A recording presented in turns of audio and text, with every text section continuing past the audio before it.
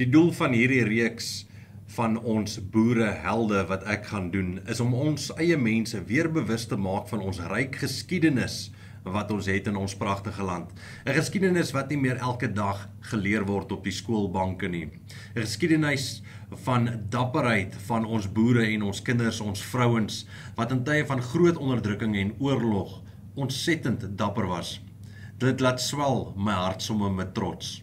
Om te dink dat dieselfde bloed wat deur die are van Paul Kruger, Piet Retief, Japie Greiling, Wolrad Woltemade, Rageltjie de Beer, ag daar is legio wat mens kan opnoem, is dieselfde bloed wat deur my are en jou are vloei. Mense wat op geloof en beginsel en met ontsettende deursettingsvermoë die onmoontlike aangepak het en partykeer ook met hulle lewens daarvoor prys gegee het. Dirk Cornelius Uys, of anders bekend as Dirkie Uys, is een van die jong Suid-Afrikaanse helde wie se naam nog steeds met eerbied uitgespreek word. Sy storie speel af tydens 'n moeilike tyd in ons Suid-Afrikaanse geskiedenis. Lyk my dit is maar die tendens vir ons boermense hier in Suid-Afrika, dat dit van 1652 af tot vandag toe maar nog steeds redelike moeilike tye is.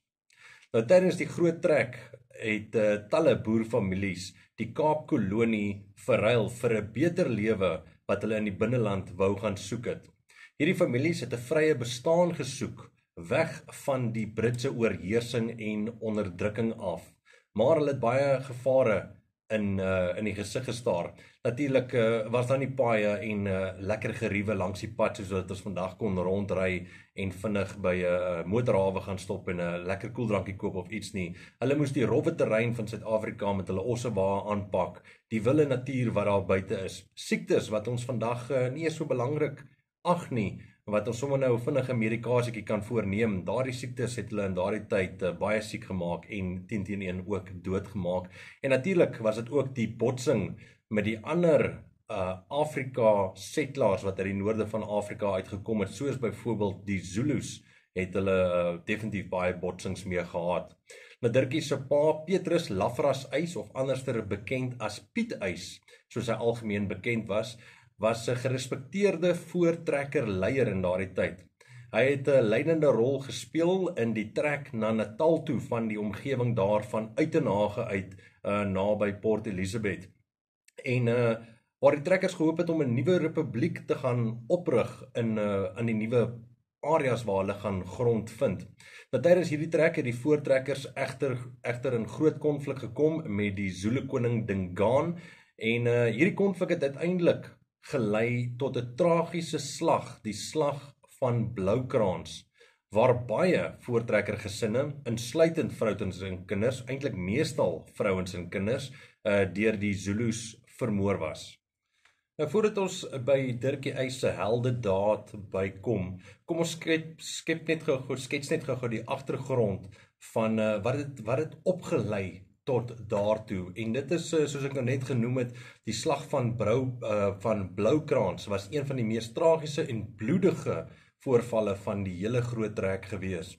Dit het op 17 Februarie 1838 plaasgevind naby die Bloukrans rivier in die huidige KwaZulu-Natal gebied. Die gebeurtenis het ontstaan uit groeiende spanning uit tussen die voortrekkers en die Zulu koning Dingaan. Toe die voortrekkers onder Piet Retief Natal binne getrek het hulle met Dingaan gaan onderhandel om grond te bekom. Nee, nogal snaaks dat hulle gesê het hulle het gaan onderhandel en nie grond gaan steel nie. Maar nou ja, Dingaan het aanvanklik ingestem op voorwaarde dat die voortrekkers vir hom beeste moes gaan herwin het wat 'n ander stam van hom afgesteel het.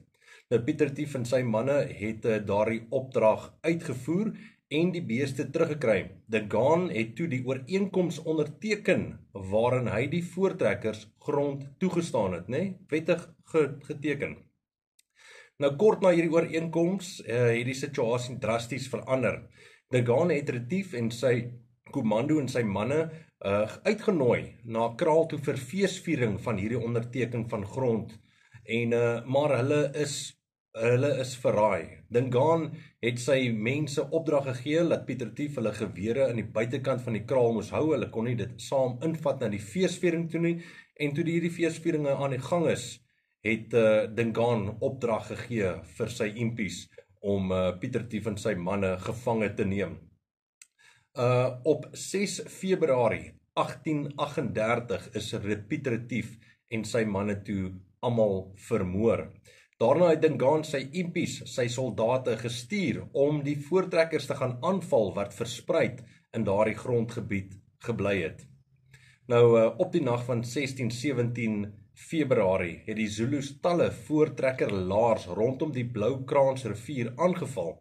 En dit was baie skielik, dit was baie wreed en daar was meer as 500 mense vermoor, meestal vrouens en kinders. En baie van hierdie laars was in die nag verras terwyl hulle geslaap het. Nogal snaaks hoe dit sinoniem is met ons plaasaanvalle wat ons vandag hier het in die middel van die nag en hoe hulle die vrouens en die kinders martel.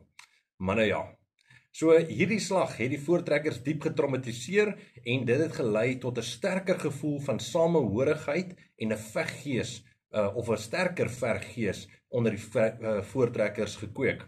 Dit was ook een van die belangrike aanleidings tot latere veldslae teen die Zulus, insluitend die slag van Bloedrivier. Na die aanval het die voortrekkers besluit om terug te beklei en die Zulus ook te gaan aanval. Twee van die leiers wat saam 'n strafekspedisie gereël het, was Andries Pretorius en dan nou Piet Uys, Dirkie se pa. In Piet Uys se komando was Dirkie sy seun, alhoewel Dirkie net 15 jaar oud was, kon hy net so goed soos die ander man se perd gery het en dan natuurlik ook geskiet het en beklei het. So dit is hoekom dit nie regtigbare snaaksigheid was dat daar seuns van die ouderdom van 14, 15, 16 en 17 of en 18, maar teen daai tyd word hy al beskou as 'n man, saam met die boerekommando's beklei het nie. Nou tydens een van hierdie gevegte teen die Zulus in Maart 1838 het die komando van Piet Uys by Italeni in 'n hinderlaag ingeloop, 'n lokval ingegaan. Nou die geveg het vinnig in chaos in verander en hierdie komando het besef dat as hulle nie uit hierdie hinderlaag uit terugkeer nie, uit wegval nie, dan gaan hulle almal sterf. In hierdie situasie was dit baie kritiek, want elke liewe sekonde het getel of jy dalk gaan sterf en of jy dit dalk gaan uitmaak. Piet Uys het in hierdie geveg, was hy egter gewond gewees en hy kon nie so vinnig soos die ander kommandomanne terugkeer of wegval van die gevaar af nie. Dirkie wat al reeds saam met die ander komando uit die gevaargebied uit weg was, het omgedraai toe hy gehoor het sy pa is agtergelaat en nog nie uit die gevaar uit nie. Nou teen waarskuwing en raad van die ander ouermans in die komando, het hierdie jong seun sy perd gedraai en teruggekeer na die geveg toe waar sy pa besig was om te veg. En ek glo maar hy het hopelik in sy hart gehoop dat hy miskien sy pa gaan gered kry. Maar hulle was die Zulus was so baie en hulle was so omkring met die Zulus gewees dat ek dink Dirkie het ook maar geweet die kanse daarvan is baie skaars en laat hy eintlik maar na sy dood toe gaan om langs sy pa se sy te gaan sterf. So ja, Dirkie Uys het met dapperheid en liefde na sy pa toe teruggekeer om langs sy te gaan beklei. Nou die twee, pa en seun, het beklei soos ware boere. Maar op die ouene was daar net te veel Zulus gewees en hulle is albei doodgemaak. Die komando het ontsnap. Piet Uys, hulle leier, is oorlede. Maar Dirkie Uys, die seun wat na sy pa toe teruggegaan het om saam met sy pa te gaan sterf en te help beklei in sy pa se laaste doodsnikke. Dit is Dirkie Uys wat sy naam vir ewig gaan onthou word deur ons boeremense reg deur ons land. So ja, die komando, die manne is veilig, een van hulle leiers is oorlede, maar dit is daai dapperheid, daai veggees van Dirkie. Ek weet nie hoeveel mense sal dit vandag doen om te weet, ek sal met my perd in gevaar inry met die sekere wete dat ek teen gaan sterf.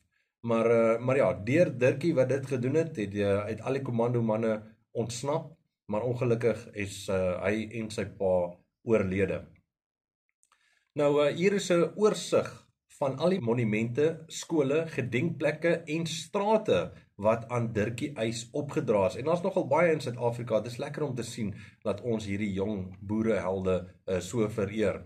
So die monumente en gedenkplekke in Somerset Wes in die Wes-Kaap, in Kerkstraat is daar 'n monument van 'n vorm van 'n ossewa op 'n klipmuur opgerig ter ere van Dirkie Uys.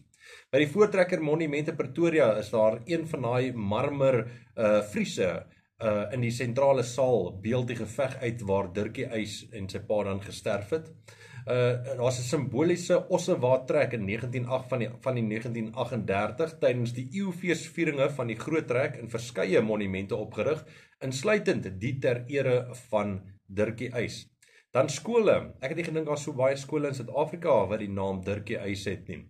Die wat ek van weet is in Moreesburg, so ek sal begin by hulle. Jy kry Hoërskool Dirkie Uys in Moreesburg. Dit was in 1938 is hierdie skool hernoem na Dirkie Uys. Toe dan kry jy Laerskool Dirkie Uys ook in Moreesburg daar in die Wes-Kaap. Dis in dieselfde jaar 1938 ook die laerskool vernoem na Dirkie Uys.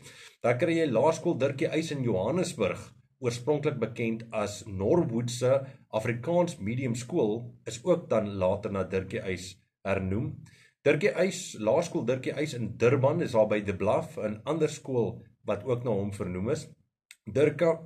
Durban se akademiese skool, dis die Hoërskool Dirkie Uys wat daar in Durban ook na hom vernoem is. En dan kry jy die intermediêre skool Dirkie Uys, dis in Borden in die Vrystaat wat dan ook na Dirkie Uys vernoem is. Strate sluit verskeie dorpe en stede in, insluitend Hermanus en Franshoek byvoorbeeld, waar daar strate is wat vernoem is na Dirkie Uys.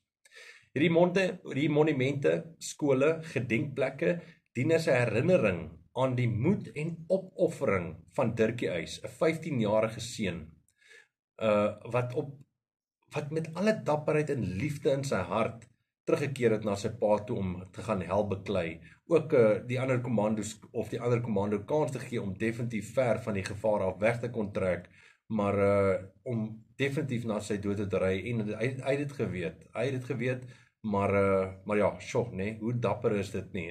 Ek is nie seker, wel, ons is nie in daardie situasie al ooit geplaas nie, maar ek is seker wanneer die nood daar is, sal daar van ons jong mans, ons jong seuns en van ons boere weer terugkeer na hierdie tipe trotsheid van ons land en vir ons taal en sal ons weer sulke heldedade sien, miskien. So dit was Dirkie Uys, ek hoop julle het dit saam met my geniet, en dan volgende gaan ek dalk Rageltjie de Beer doen. Rageltjie de Beer, joh, dis nogal 'n moeilike een om te doen, want daar is geen dokumente wat spesifiek vasgevang het oor Rageltjie de Beer, maar ek dink sy is so oulike storie om vir die kinders te vertel van Rageltjie de Beer en wat sy vir haar boetie gedoen het. Maar nou ja, ek gaan nie nou die osse voor die waarspan nie, ons sal daarby uitkom met die volgende een van ons boere kinderhelde reeks.